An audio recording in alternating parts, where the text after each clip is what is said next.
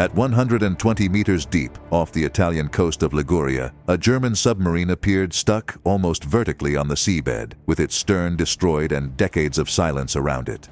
It was the U-45-5. Its discovery brought back to the surface a story born much earlier, when Germany opened a silent war in the Atlantic to cut the vital line between North America and Great Britain.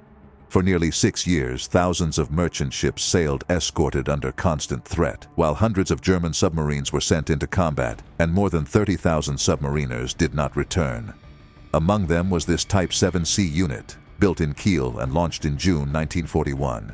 It fought in the North Atlantic, attacked routes off America, and in 1944 managed to cross Gibraltar into the Mediterranean, one of the most monitored passages in the world. On April 2nd, it sent a routine message. Then it disappeared, without a trace. Decades later, it was found again. What destroyed it in the darkness, without giving it time to ask for help? Burning fronts. The Battle of the Atlantic is born. At the start of the fourth year of the Second World War, September 3, 1942, the Allied and Axis governments concentrated their attention on a series of military operations that would define the immediate course of the conflict. No front weighed as much as the south of the Soviet Union, where enormous German land and air groupings had advanced throughout the summer. The campaign extended from the Volga to the Caucasus, and at both ends, a decisive part of the war was at stake. The German offensive maintained the initiative, but also began to show signs of dispersion and wear. Every decision made in Berlin had an immediate repercussion on the continental scale of the combat. Strategic priorities began to clash with each other, and time no longer favored Germany. Pressure was increasing in all commands. Adolf Hitler granted Stalingrad a symbolic value that exceeded even its operative importance. Convinced that the city had to fall, he ordered the redirection of forces originally destined for the mountainous sector of the Caucasus. That decision slowed the German advance toward the Soviet oil fields, the central economic objective of the Eastern Campaign. The push over the south was reduced to a slow progression, while decisive resources were sent toward the Volga. The maneuver revealed an internal tension between propaganda, prestige, and military necessity. The capture of the city bore the name of Stalin, and that was enough to alter the balance of the entire offensive. What seemed like a tactical choice dragged immediate strategic consequences. Germany was opening a front of enormous cost. When Moscow clearly understood the German intention, Joseph Stalin and his high command reacted with speed. Reinforcements were sent toward Stalingrad to sustain the urban defense and prepare a greater response. In the first weeks of September, while German forces closed in on the city, the main Soviet military commander, Georgy Zhukov, detected the possibility of a large counteroffensive. He requested authorization to launch the blow in November and obtained the go-ahead. Thus began the preparation of one of the most decisive battles of the entire war. The fight for Stalingrad ceased to be just a desperate defense. It moved to become a calculated trap against the invading army. The Eastern Front was entering a new phase. In Washington and London, doubts persisted about the Soviet capacity to resist without sustained external help. Franklin D. Roosevelt insisted that the United States and Great Britain should do everything possible to sustain the Soviet Union. Among the agreed measures figured the resumption in September of the PQ convoys destined for Murmansk. It was also decided to send United States fighters and bombers to the southern Soviet regions. At the same time, improvements were promoted in the port facilities of the Persian Gulf and in the railway line that crossed Iran toward Soviet territory. That logistical network united fronts separated by thousands of kilometers. Modern war depended as much on steel and fuel as on divisions in combat. Material assistance became a strategic weapon. In North Africa, Marshal Erwin Rommel attempted at the end of August to penetrate more deeply into Egypt through the British lines at Alam Halfa. The attempt failed. Exhausted physically and morally, he requested to be relieved of command. On September 22, he was replaced by Georg Stumme, a specialist in armored forces coming from the German campaign in the Soviet Union. Rommel returned to Germany and was hospitalized. The offensive of the Afrika Korps was losing momentum at the most delicate moment. The African front ceased to be an expansive threat to transform into a vulnerable position. The Axis forces began to retreat there as well. Meanwhile, the new British chiefs, Harold Alexander and Bernard Montgomery, reorganized the Eighth Army. That force grew with the constant contribution of United States tanks and aircraft. The objective was to launch an offensive from Egypt toward the west to destroy the Axis troops in North Africa, with special attention on an Africa Corps that was increasingly reduced and exhausted. British preparation advanced with method and accumulation of resources. Unlike previous stages, now the material balance favored London. The decisions of September announced the future rupture of the Desert Front. The African theater prepared for a change of hands. The initiative began to pass to the Allies. At the same time, the preparations for Torch, the Allied invasion of French Northwest Africa, progressed. This operation had replaced Sledgehammer, the first project for the invasion of France planned for 1942, as a second front formula. Command fell to Dwight D. Eisenhower. The landings were to be carried out in 3 zones: the Atlantic coast of Morocco and within the Mediterranean, Algiers and Oran. It was a maneuver of enormous logistical and political scale. Its success could open the Western Mediterranean and modify the African campaign. Its failure would have seriously weakened the Allied strategy. Every detail depended on secrecy and coordination. Torch involved severe risks. If the operation was discovered, Germany could concentrate between 50 and 100 U-boats west of Gibraltar to attack the invading force. There also existed the possibility of a political and military chain reaction. Occupation of strategic territories, closure of Mediterranean access, or intervention of the Italian fleet with air and submarine support.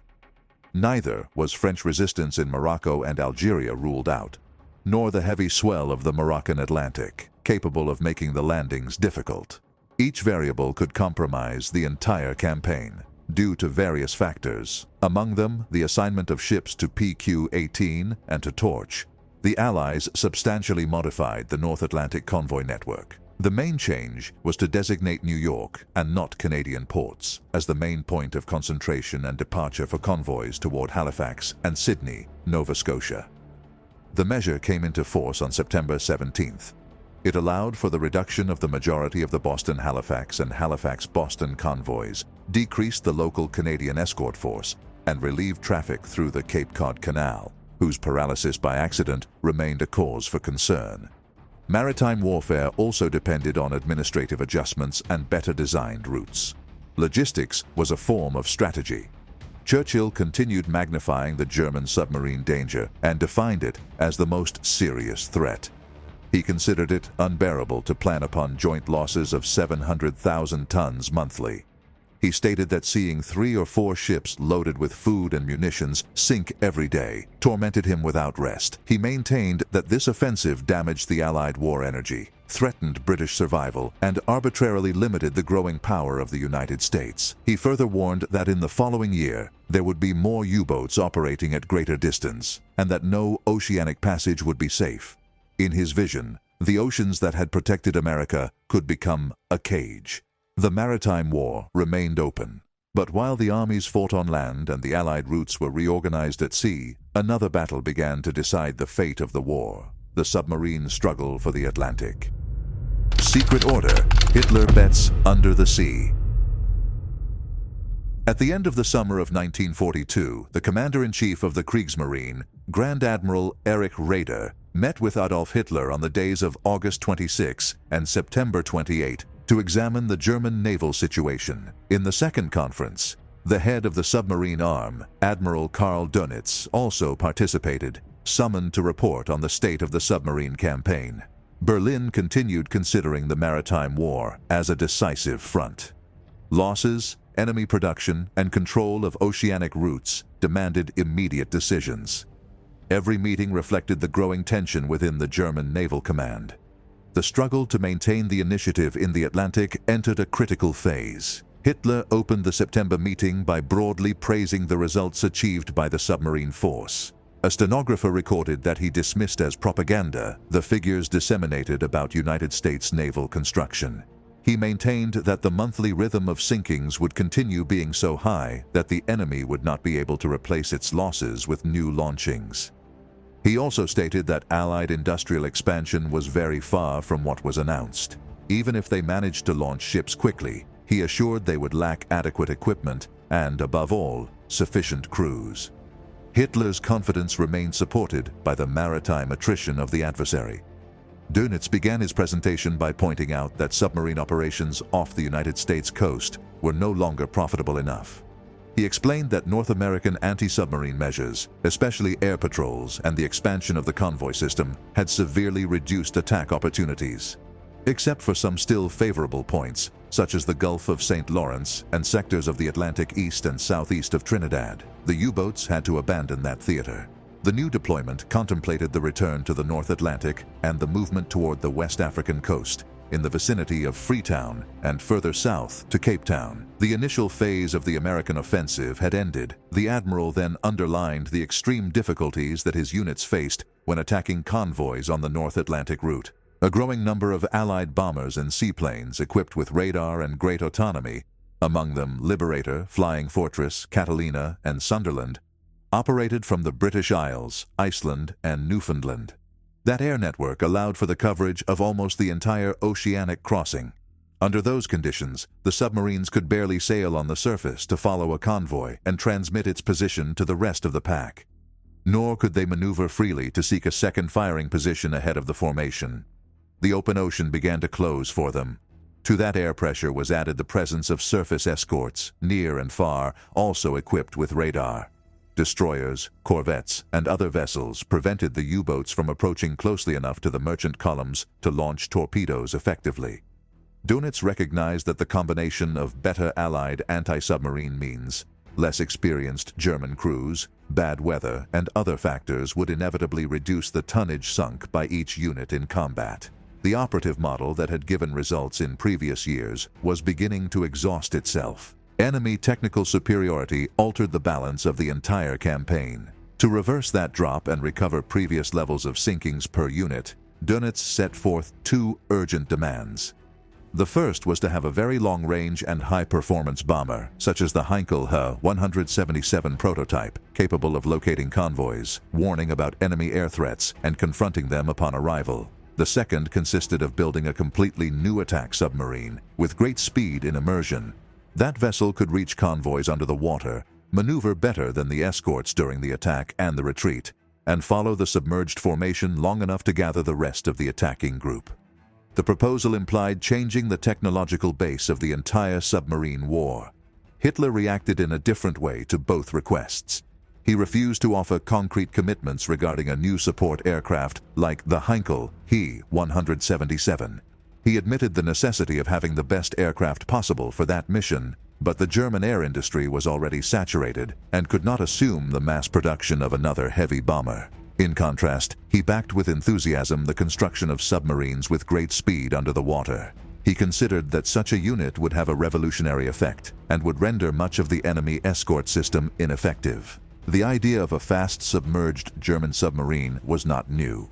At the beginning of the decade of 1930, the engineer Helmuth Walter had proposed to the Naval Command in Berlin an experimental small design that, in theory, could reach 30 knots submerged for brief periods. It was to use diesel engines for surface navigation and a turbine driven by water and decomposed hydrogen peroxide for submarine navigation. To reduce hydrodynamic resistance, the hull would be smooth, streamlined, and fish-shaped. It was an advanced conception for its time. Although Germany adopted conventional diesel-electric systems for the new Type 7 and Type 9 series, the Oberkommando der Marine did not close the door to Walter. In 1939, it granted him a contract for an experimental vehicle of 80 tons and 72 feet in length, designated V-80. Built under maximum secrecy in an isolated area of the Krupp Germania Werft shipyards in Kiel, the vessel was reminiscent of a large fish. Viewed from the bow, its transverse section formed an 8. The upper half housed living, working, and combat areas. The lower one stored the volatile hydrogen peroxide fuel. In tests conducted in Gila during 1940, it reached 28.1 knots submerged. The result was extraordinary. However, the success of the Type 7 and 9 in 1940 and 1941, along with persistent technical doubts about the Walter designs, cooled the interest of the High Naval Command in expanding the program.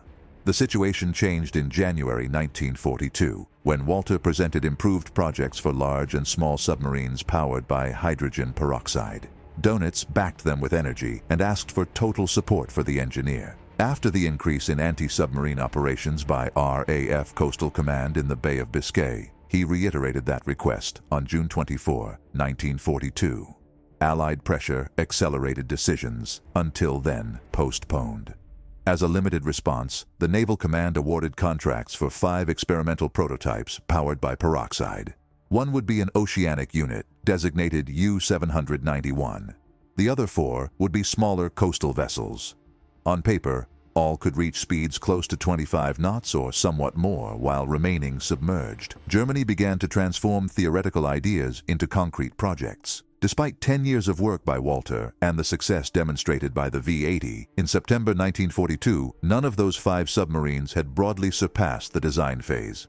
Enormous technical obstacles persisted, among them the necessity of producing large quantities of hydrogen peroxide. Even so, with the enthusiastic approval of Hitler, Raeder and Dönitz ordered in the meeting of September 28-24 new small units of the Walter program. They also hoped to resolve in 2 months the mass production of the oceanic model. The bet was total. Raeder declared that the series production of those submarines had to begin as soon as possible, adjusting the current naval construction program accordingly. Those decisions were among the most important of the entire German submarine campaign. They implied that Raeder and Dönitz considered the Type 7 and Type 9 insufficient weapons, and in the process of obsolescence against Allied detection and enemy air and naval supremacy. To sustain the war under the sea, a completely new generation of U-boats was needed. It was evident that a fleet of Walter submarines could not emerge immediately. At least 1 year was estimated to complete, test, and correct the 4 small prototypes. The experience obtained with those units and with the 24 additional ones would be applied immediately to 2 large oceanic prototypes, U-796 and U-797, whose construction was to advance in parallel. Berlin attempted to gain time while its strategic situation deteriorated. Until those new submarines were available in useful quantities, the German shipyards would continue manufacturing Type 7 and Type 9. With improvements added over already known structures, those units had to maintain the submarine war for as long as possible, until Allied anti-submarine measures stopped them completely or defeated them. It was assumed that their sinkings would gradually diminish and that losses would increase. Even so, they continued forcing costly Allied convoys, immobilizing enemy resources, and training a new generation of submariners destined to crew the future Walter submarines. Germany fought the present while preparing a weapon for tomorrow. Codes in War, the Enigma Shadow. In September 1942, Germany maintained an advantage in the changing battle of naval decryption. In February of that same year, it had incorporated a 4th rotor into the Enigma machines used in the radio networks of the Atlantic U-boats.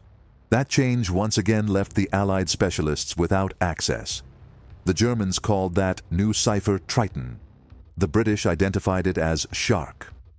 Without 4-rotor bombing machines or captures of meteorological books, short combat codes, or Enigma configurations, Bletchley Park had barely advanced against that naval version. The secret war of messages continued favoring Berlin.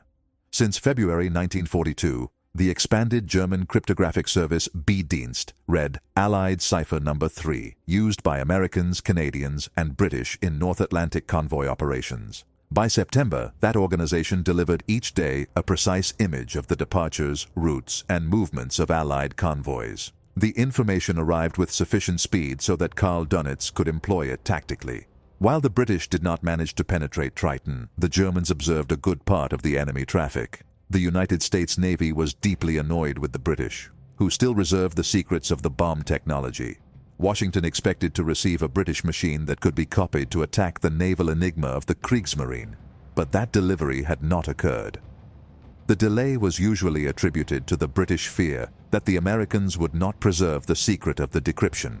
If Berlin discovered the Allied penetration, it could abandon Enigma and adopt a more difficult system, leaving the British blind as well against other keys that they did read. British caution had technical and political roots. The British tradition of absolute secrecy also influenced that reticence. Their fears were not unfounded, and furthermore were reinforced by a new German signal detected in the ether. British intercept stations recorded an increase in enemy traffic in an automatic teletype system, not Morse, based on Bodo code and of great sophistication. The Germans called it Geheimschreiber, the British Fish. Some feared that it could partially replace Enigma. To attack it, Great Britain built a complex machine called Robinson, in allusion to the character Heath Robinson. The British effort against Fish advanced even further, with the experimental development of an enormous machine called Colossus, equipped with 2,400 vacuum tubes. During the summer of 1942, London authorized the semi-permanent incorporation of 2 United States Navy officers to Hut 8, the naval section of Bletchley Park. They were the reservists Joseph J. Eaches and Robert Belville, Ely III. According to Howard T. Engstrom, both traveled to England in July 1942 to study British methods of cryptanalysis and obtain details about the Enigma problem. Their presence opened a broader technical exchange. Engstrom explained that, prompted by Eaches and Ely, the British delivered abundant information about the bomb and its wiring diagrams. That represented a more open attitude than the one shown in February 1941, when other United States officers visited Bletchley Park. However, with the passage of the months, it became clear that the British would not be able to provide a machine by the promised date. It also became evident that they had difficulties in building a truly operational high-speed equipment. At the beginning of September, the Americans concluded that their own methods offered sufficient probabilities of success. After obtaining approval from his superiors, Joseph Wenger, head of OP-20G, met at the beginning of September with Edward G. Hastings, representative of Bletchley Park, in Washington. Wenger communicated to him that given that the British had not demonstrated the capacity to fulfill their commitments, the United States Navy would develop and produce on its own a fast 4-rotor bomb to attack the naval Enigma. Hastings responded that Great Britain indeed had fulfilled them, but the decision did not change. On September 3, 1942, Wenger formally presented the proposal to the Director of Naval Communications, Joseph R. Redman. Redman approved it immediately, and the following day Frederick J. Home did the same. From the technical point of view, Engstrom pointed out that adding a 4th rotor to the naval Enigma multiplied by 26 the time necessary to find a solution. To discover the daily configurations, 26 times more 3-rotor bombs were required, or a machine capable of working 26 times faster. From his studies of 1941 and 1942, he concluded that the United States effort should be oriented toward high-speed procedures. Initially, the manufacture of 336 units was considered. The United States Navy chose the National Cash Register Company, NCR, of Dayton, Ohio, to build the bombs. Ralph I. Meader, inventor and naval reservist assigned to the Bureau of Ships, was sent as official representative. On November 11, 1942, the creation of the Naval Computing Machine Laboratory began there, destined to support production and to train maintenance and operation personnel. Meader remained in charge of the facility. NCR, creator of the first commercial cash register, was one of the main Dayton industries dedicated to war production. The city had a long tradition of mechanical and electrical inventions. Another reason for choosing it was the presence of Joseph R. Desch, a 35-year-old engineer with notable inventive capacity. In 1938, when the president of NCR, Colonel Edward Deeds, founded an electrical research laboratory, Desch joined to work with advanced electronic devices. His contributions gave him prestige and linked him with top-level United States scientists, among them Vannevar Bush of MIT. Dayton was an ideal place to manufacture bombs, but not to operate them. It was too far from Washington and from the users of its results. Wenger and Engstrom were already preparing the transfer of all the machines to the capital. To house them, Wenger acquired the former Mount Vernon Seminary, situated on Nebraska Avenue near Ward Circle in northwest Washington. There, a resistant building was erected for the bombs. In addition to accommodations for hundreds of waves, the women of the Naval Reserve tasked with operating and repairing them, equivalent to the British Wrens of Bletchley Park. The new facility was about 15 minutes from the Department of the Navy. In that same period, the British made important changes in the Naval Intelligence Division and in Bletchley Park.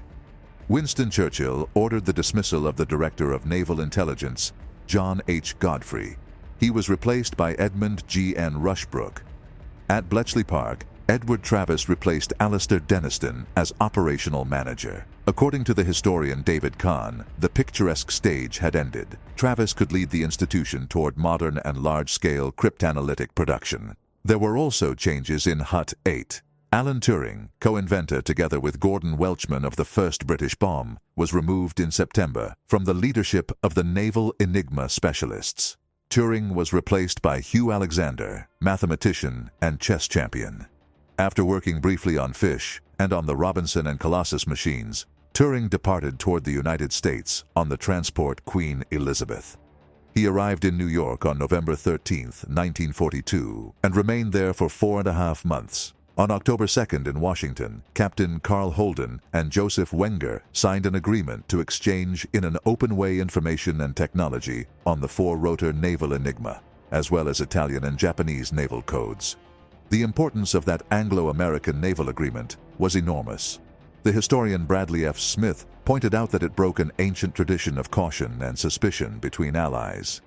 However, the British refused to carry out a similar exchange on the Enigma of the German Army and the Luftwaffe. They feared leaks from the United States.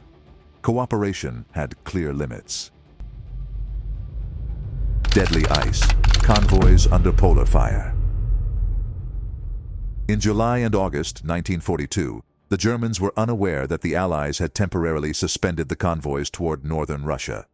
Because of that lack of information, they wasted submarine patrols and air missions in the search for convoy PQ-18, destined for Murmansk, and its reverse route, QP-14. The situation changed on September 5, when Berlin learned of the postponement and the new departure date thanks to documents recovered from a British bomber crashed in Norway and intercepted Soviet messages. The outward convoy, PQ-18, sailed from Scotland on September 2 with 40 freighters. Its escort was exceptional. 52 British vessels, among them the escort carrier Avenger, cruisers, destroyers, corvettes, minesweepers, submarines, and support ships. Another 25 ships provided distant cover. According to Churchill, in total 77 escorts were needed. The Arctic consumed forces that were also necessary for the future Operation Torch. The Avenger had not been incorporated mainly to combat bombers, but to scare off German reconnaissance planes and detect submarines. It carried Sea Hurricane fighters and Swordfish biplanes with radar. These latter, limited by the low speed of the carrier within the convoy, served above all for reconnaissance, night lighting, and guidance of destroyers toward submarine contacts. The return convoy, QP-14, gathered in Arkhangelsk and received the order to sail on September 13 with 15 merchantmen and 12 British escorts. The German Admiral Otto Kluber planned to attack both convoys with all available power. Large surface ships were to intervene against the return convoy, but mechanical problems and new warnings from Hitler led to the cancellation of the operation. The battle remained in the hands of submarines and aviation. German planes located the outward convoy on the days of September 6 and 8.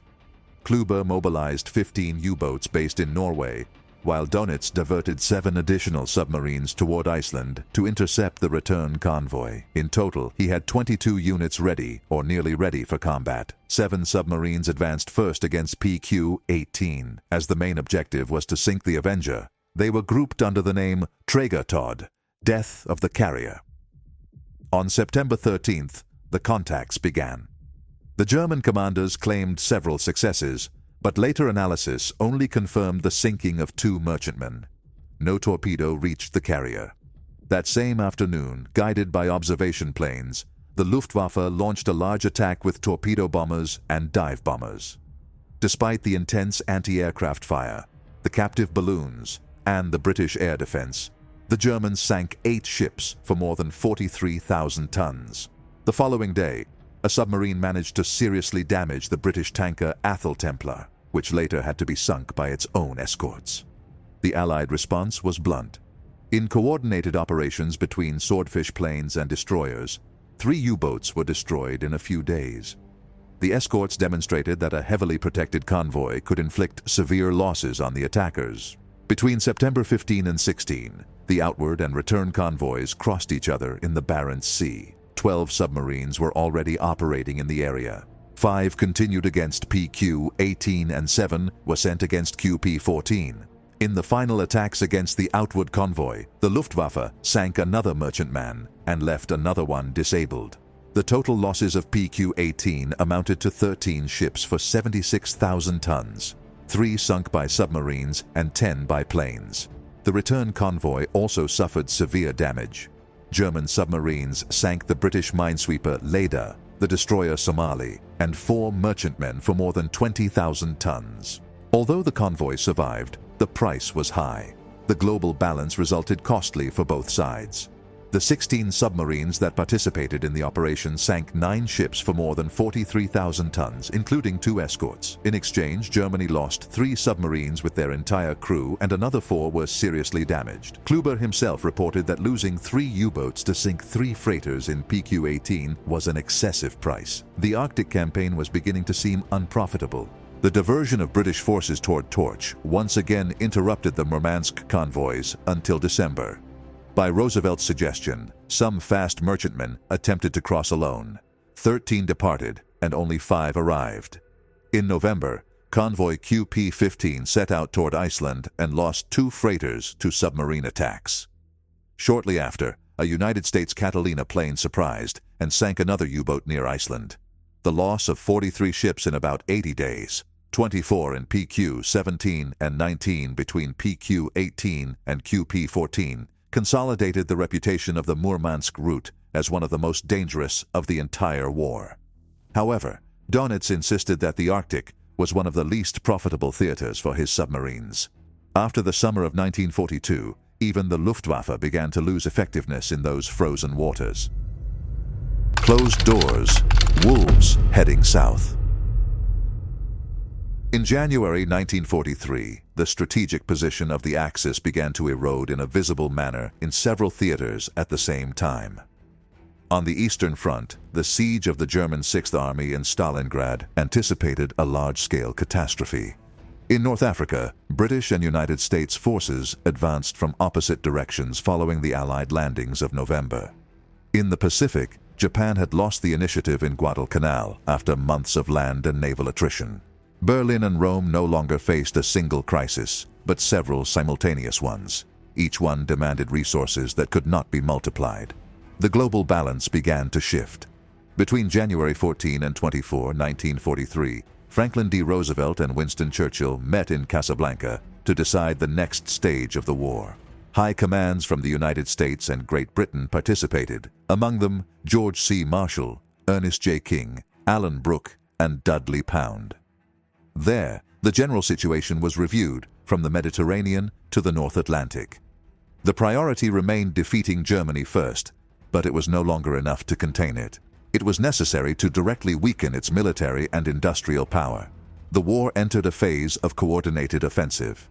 The decisions taken there would have an immediate effect upon the sea.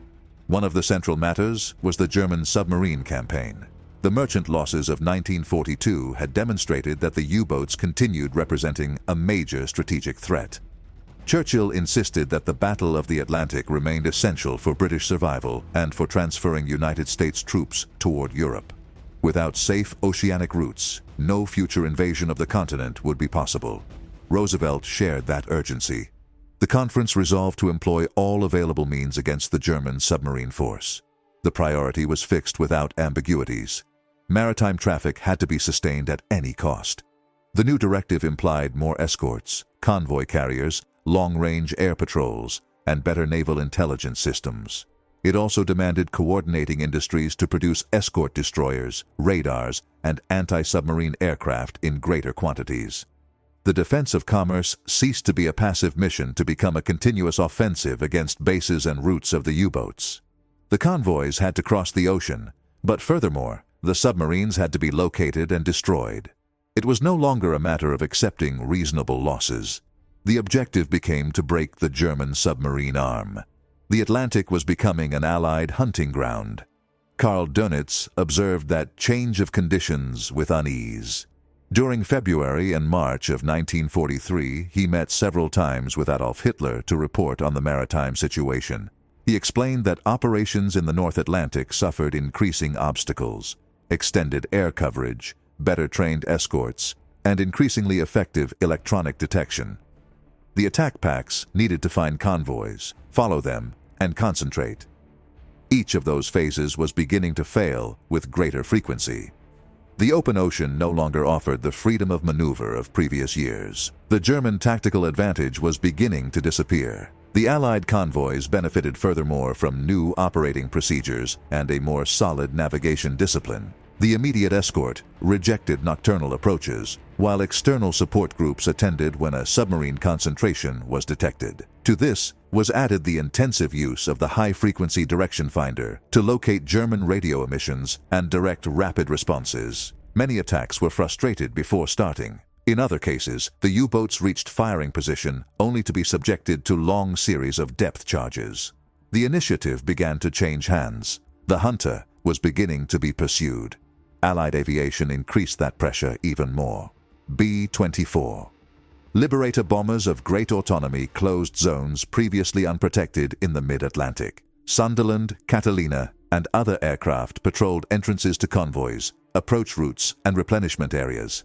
The submarines had to submerge frequently, reducing speed, observation, and coordination. Remaining for hours on the surface, a basic condition for pursuing convoys, became increasingly dangerous. Each preventive immersion consumed batteries and time. Operational wear increased patrol after patrol. The maneuver space available for the U-boats was constantly reducing. Dönitz maintained that the Luftwaffe did not provide the necessary support to reverse the situation. Without effective air reconnaissance over wide oceanic zones, locating convoys depended on fortuitous encounters or incomplete intelligence. The Kriegsmarine needed coverage that did not arrive. Berlin distributed planes and fuel between Russia, the Mediterranean, the defense of the Reich, and the naval war. That internal competition weakened the submarine campaign. Germany fought a world war with increasingly fragmented means. No front received enough. In Washington and London, the Casablanca decisions continued expanding during the spring of 1943. The war against the U-boats had to be sustained with all possible means. New protected routes, more oceanic escorts, and a closer Anglo-American naval cooperation were promoted. The United States Navy expanded its anti-submarine structure, while the Royal Navy reinforced critical accesses. The Atlantic ceased to be a sum of national sectors. It transformed into an integrated Allied system. Industrial and operational coordination began to yield results. The creation of the 10th Fleet in the United States formed part of that new approach. It was not a traditional combat fleet, but an organism dedicated to coordinating intelligence, aviation, convoys, and anti-submarine warfare. From there, data on contacts, enemy movements, and escort needs were centralized. Modern naval combat demanded information processed with speed and applied in real time. The new organization responded to that need. The Battle of the Atlantic was also fought on maps, signals, and operations rooms. Technology began to decide as much as the cannons. Another decisive sector was the Bay of Biscay, a compulsory passage between the occupied French bases and the Atlantic. Submarines entering or leaving Brest, Lorient, Saint-Nazaire, and La Pallice faced continuous air surveillance. Attacks during transit began to multiply. Even before reaching their patrol zones, many units already suffered damage, delays, or losses. The security of the German Atlantic bases diminished rapidly. Allied pressure began next to the enemy coast. The siege tightened from the source. By the spring of 1943, the strategic equation was no longer that of a year before. The U-boats remained dangerous and still sank valuable tonnage, but each sortie demanded more effort and offered less certain results. Veteran crews were scarce, replacements had less experience, and losses grew.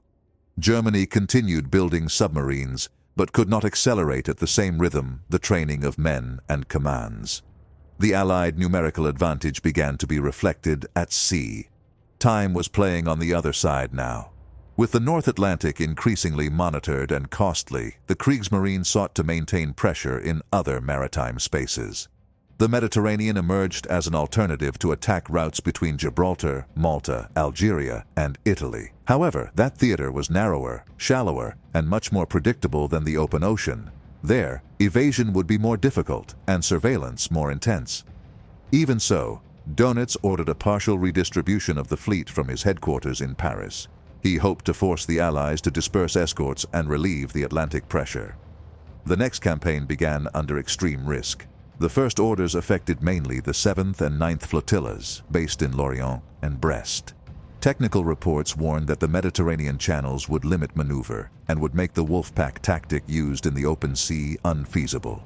Despite this, the German command accepted the danger. Controlling routes toward North Africa and the south of France was too important. Between 1941 and 1943, 63 submarines of types 7 and 9 were sent to that new theater. The majority had to cross the Strait of Gibraltar. It was one of the most monitored zones in the world. The crossing toward the Mediterranean was carried out in an individual manner, without escort, taking advantage of moonless nights and under strict radio silence. Reports from the 7th Flotilla described that crossing as a test of endurance. The submarines had to overcome the contrary current, dodge British searchlights, and cross minefields situated at different depths. Many commanders advanced at minimum speed so as not to reveal their presence to enemy hydrophones. Karl Dönitz himself recognized that each passage was equivalent to a one-way trip. Of the 63 U-boats that managed to enter, none returned to Germany at the end of the war. The losses in those waters anticipated the fate that would later reach the U-455. The Mediterranean would be marked among its crews as a sea of no return. Submerged Beast, the route of the U-455. On the gray morning of January 6, 1944, a German submarine cast off its moorings at the fortified base of Lorient and headed into the Atlantic. It did not depart toward the usual routes of attack on merchant traffic, but toward a much more risky mission. Its destination was the Mediterranean. To reach it, it had to overcome the passage of Gibraltar, monitored in a constant manner by Allied forces. On board traveled more than 50 men enclosed in a steel hull, marked by years of service in war. The submarine was the U-455. Its history had begun far from there, in the shipyards of Deutsche Werke in Kiel. It formed part of the Type 7C series, the most numerous class of submarines employed by Germany during the conflict. They were units conceived for long oceanic patrols, compact enough to maneuver with speed, but capable of operating for weeks in the open sea. The U-455 displaced near 700 tons on the surface, measured slightly more than 67 meters in length, and was powered by diesel engines of about 2,800 horsepower, complemented by electric propulsion for immersion. It was launched in June 1941 and officially delivered to the Kriegsmarine in August of that same year. Like every new unit, it first went through the common ritual of the submarine arm, intensive training in the Baltic. There, its crew practiced emergency immersions, torpedo firing, nocturnal navigation, and damage control. The margin of error was minimum. Inside a submarine, a poorly closed valve or a late reaction could decide the fate of everyone. Its first commander was Hans Heinrich Giesler, a methodical and experienced officer. Under his command, the U-455 initiated patrols in the northern waters, operating from Norway among storms, fog, and frozen seas. Later, it was sent to the Atlantic, where the submarine war was going through its most aggressive stage. There, it took part in coordinated operations against Allied convoys, integrating into the so-called Wolfpacks, groups of submarines that converged on the same objective after locating it by radio. During 1942, it sailed through some of the most disputed routes of the ocean. It patrolled near Iceland, lurked in merchant corridors of the central Atlantic, and even reached zones close to the eastern coast of the United States in the months in which the German submarine offensive struck with force the American maritime traffic. In May, it sank the British tanker British Workman, and weeks later, another Allied merchantman in the Atlantic. It also participated in mining missions and long waits in sectors where for days not a single target appeared. Life on board hardened as much as combat. The air thickened after hours of immersion. The smell of fuel, humidity, and hot metal permeated clothing and skin. They slept in shifts, many times sharing a bunk. The noise of engines, pumps, and gears never disappeared entirely. When the submarine descended in silence to escape an attack, each man listened to the hull creak under the pressure of the sea. On November 22, 1942, Giesler left command and was replaced by Hans-Martin Scheibe. He received a veteran unit, but also a different war. Allied superiority grew without pause. More patrol planes covered the ocean, convoys had better escorts, and radar reduced the traditional advantages of the submarine. Each sortie promised fewer successes and greater risks. That is why Berlin decided to redistribute forces toward other theaters. At the beginning of 1944, the Mediterranean claimed reinforcements before the Allied advance in Italy and North Africa. The U-455 was one of those chosen to move. The route forced the crossing of Gibraltar. A natural barrier turned into a military trap.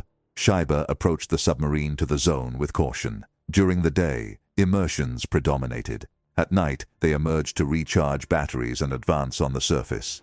From Gibraltar, British air patrols took off and swept both entrances of the strait. There were doubtful contacts, signals confused with periscopes, oil slicks on the water, and repeated searches.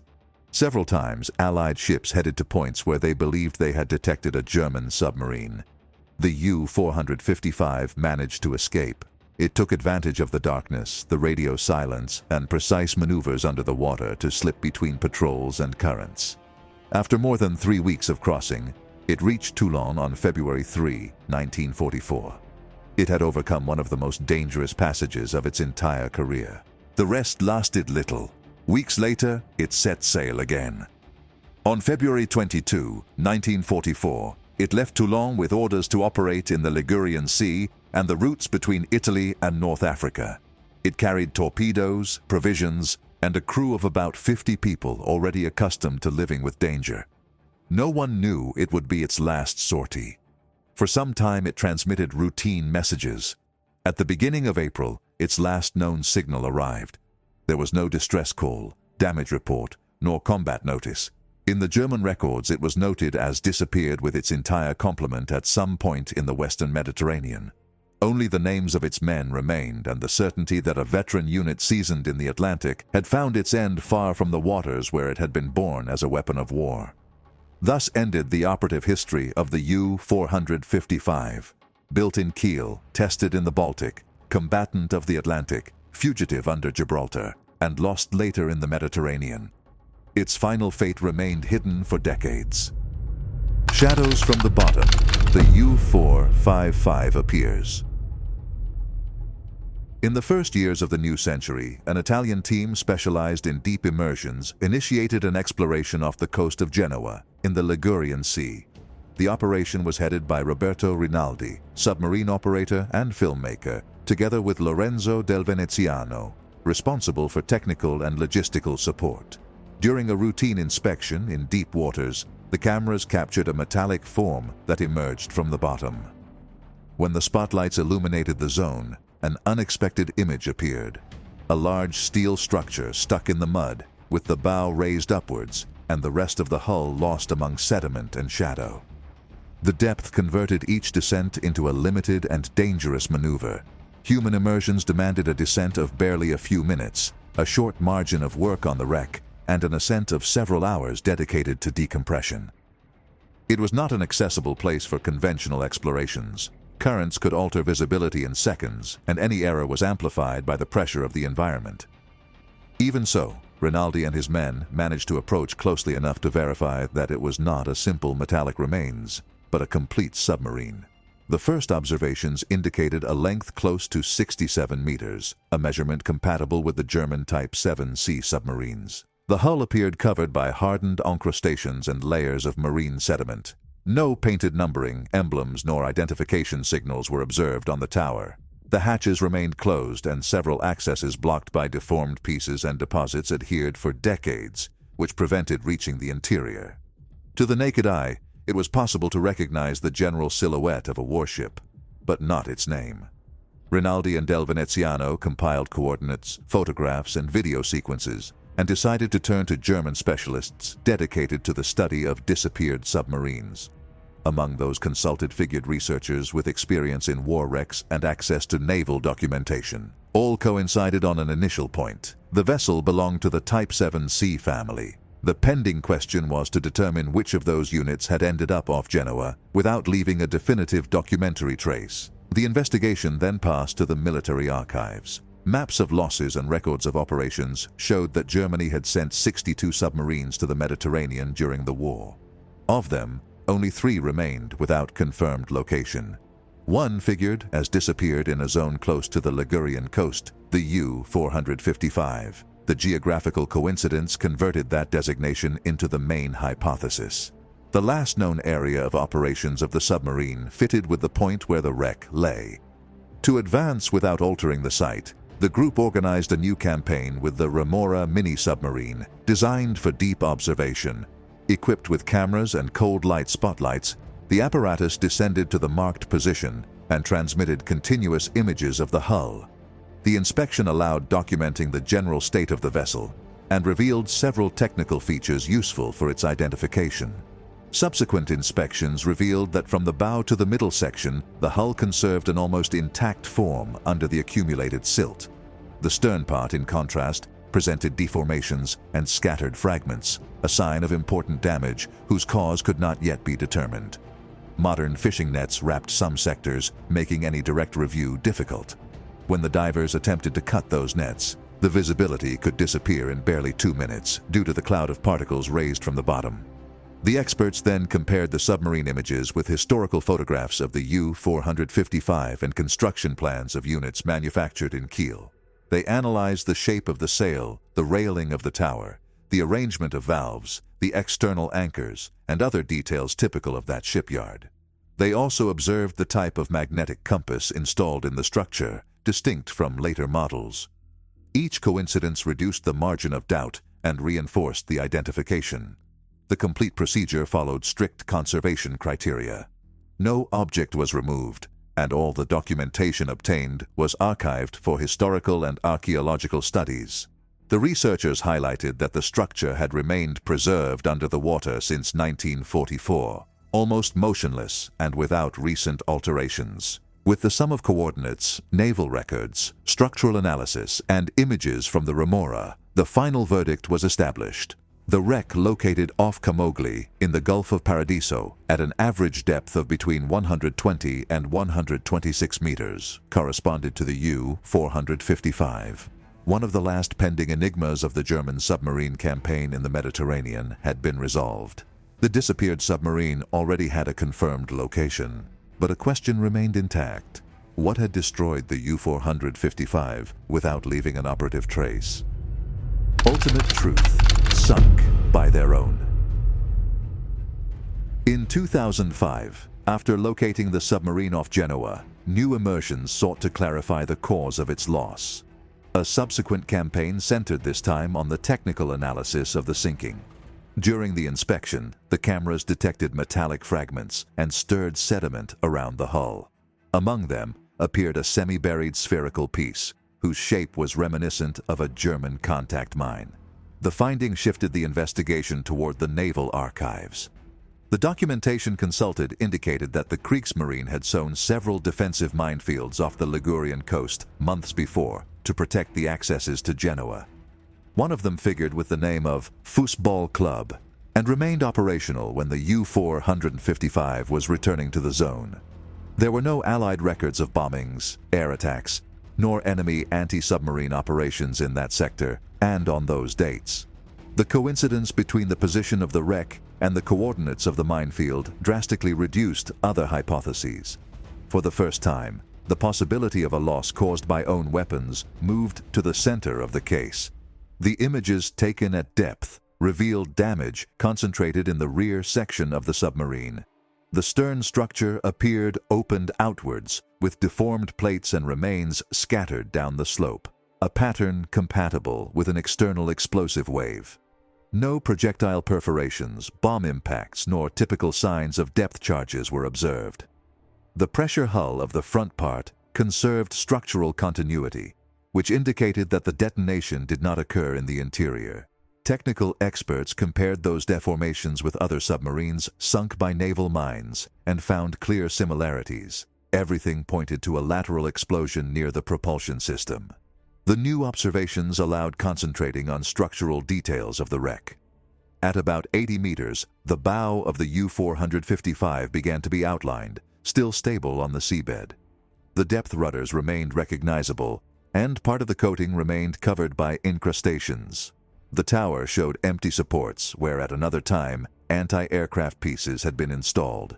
One of the periscopes appeared slightly elevated, between 35 and 40 centimeters, a detail compatible with navigation at shallow depth when the disaster occurred. In the stern, near 9 meters of structure were missing. Among the remains appeared recent elements mixed with ancient structural fragments. The anchor continued housed in its compartment, motionless since the war. The position of the hull suggested a sudden loss of buoyancy, followed by a tail-first fall over the slope. The historical data reinforced that physical reconstruction. The silence recorded since April 2, 1944, confirmed that the loss occurred without margin for new reports to the German command. With the passage of the days, the unit was given up for lost. Everything pointed to a sudden and immediate destruction caused outside the hull. The later campaigns, carried out with more favorable meteorology, allowed documenting the submarine with greater precision. The cameras recorded the tower, corroded panels, external valves, and immersion mechanisms still distinguishable after decades under pressure. The low temperature and the conditions of the seabed had conserved the main structure. Gerhard Schwarz and Helmut Spitzer, former crewmen linked to the historical investigation of the U-455, participated in the documentary closure of the case and in the verification of technical details of the Type 7C. The fieldwork included measurements of angle, orientation, and exact position on the submarine slope. The results were compared with Kriegsmarine charts and with the known location of the Fußball Club field. The superposition coincided with sufficient precision to close the technical investigation. The U-455 had entered by error into a zone sown with anchoring mines destined to block Allied naval accesses. It was probably sailing at periscope depth or very close to it when it grazed one of those devices. The detonation reached the stern, destroyed engine compartments, rudders, and propulsion elements. Without control nor reaction time, the submarine descended to the point where it was found decades later. The recordings of Roberto Rinaldi and his team show today the state of the sinking. The rear section remains disintegrated, while the rest of the submarine conserves a recognizable silhouette. The beams of light travel over gray plates marked by time. Thanks to those immersions, the complete environment of the wreck was reconstructed, and old erroneous locations that situated the loss in other sectors of the Ligurian coast were corrected. The Italian authorities declared the wreck a protected site and war cemetery. The extraction of pieces, commercial explorations, and unauthorized entry into the submarine were prohibited. In its interior remained the 51 crewmen disappeared with the vessel. The conservation of the hull responds as much to the deep environment as to the absence of interventions subsequent to the sinking. Its location transformed an incomplete file into a physically documented case. The closure of the hull, the absence of emergency openings, and the arrangement of the external controls indicate that the crew maintained control procedures until the final moment, without possibility of ascent nor of emitting new communications. The finding modified furthermore the study of the submarine war in the Mediterranean. The inspections demonstrated that these remains function as direct historical evidence. Fractures, valves, fall angles, and structural arrangement allowed reconstructing probable causes of loss and converting the wreck into a material source for historical investigation. In the zone, a reference point was installed to monitor movements of the seabed and control the stability of the wreck. Until now, the general position of the U-455 has not varied. For archaeologists and researchers, the site provides material data that for decades did not exist in the post-war archives. With time, fish and marine organisms covered parts of the hull. The metal became integrated into the submarine environment, and the former military vessel passed to form part of the Ligurian bottom. That natural transformation did not eliminate its historical value, but it did alter entirely its original appearance. Years after the identification, a former sailor related to the investigation deposited a commemorative plaque next to the bow. On it remained inscribed the names of the commander and of the crew. Since then, the nautical charts mark the area as a zone of respect. No visible marks exist on the surface, only precise coordinates. Today, the U-455 continues at depth as a reference for the submarines lost during the Second World War. Under the water disappeared ranks, flags, and operative records. Only the silent trace of a crew that did not return remained.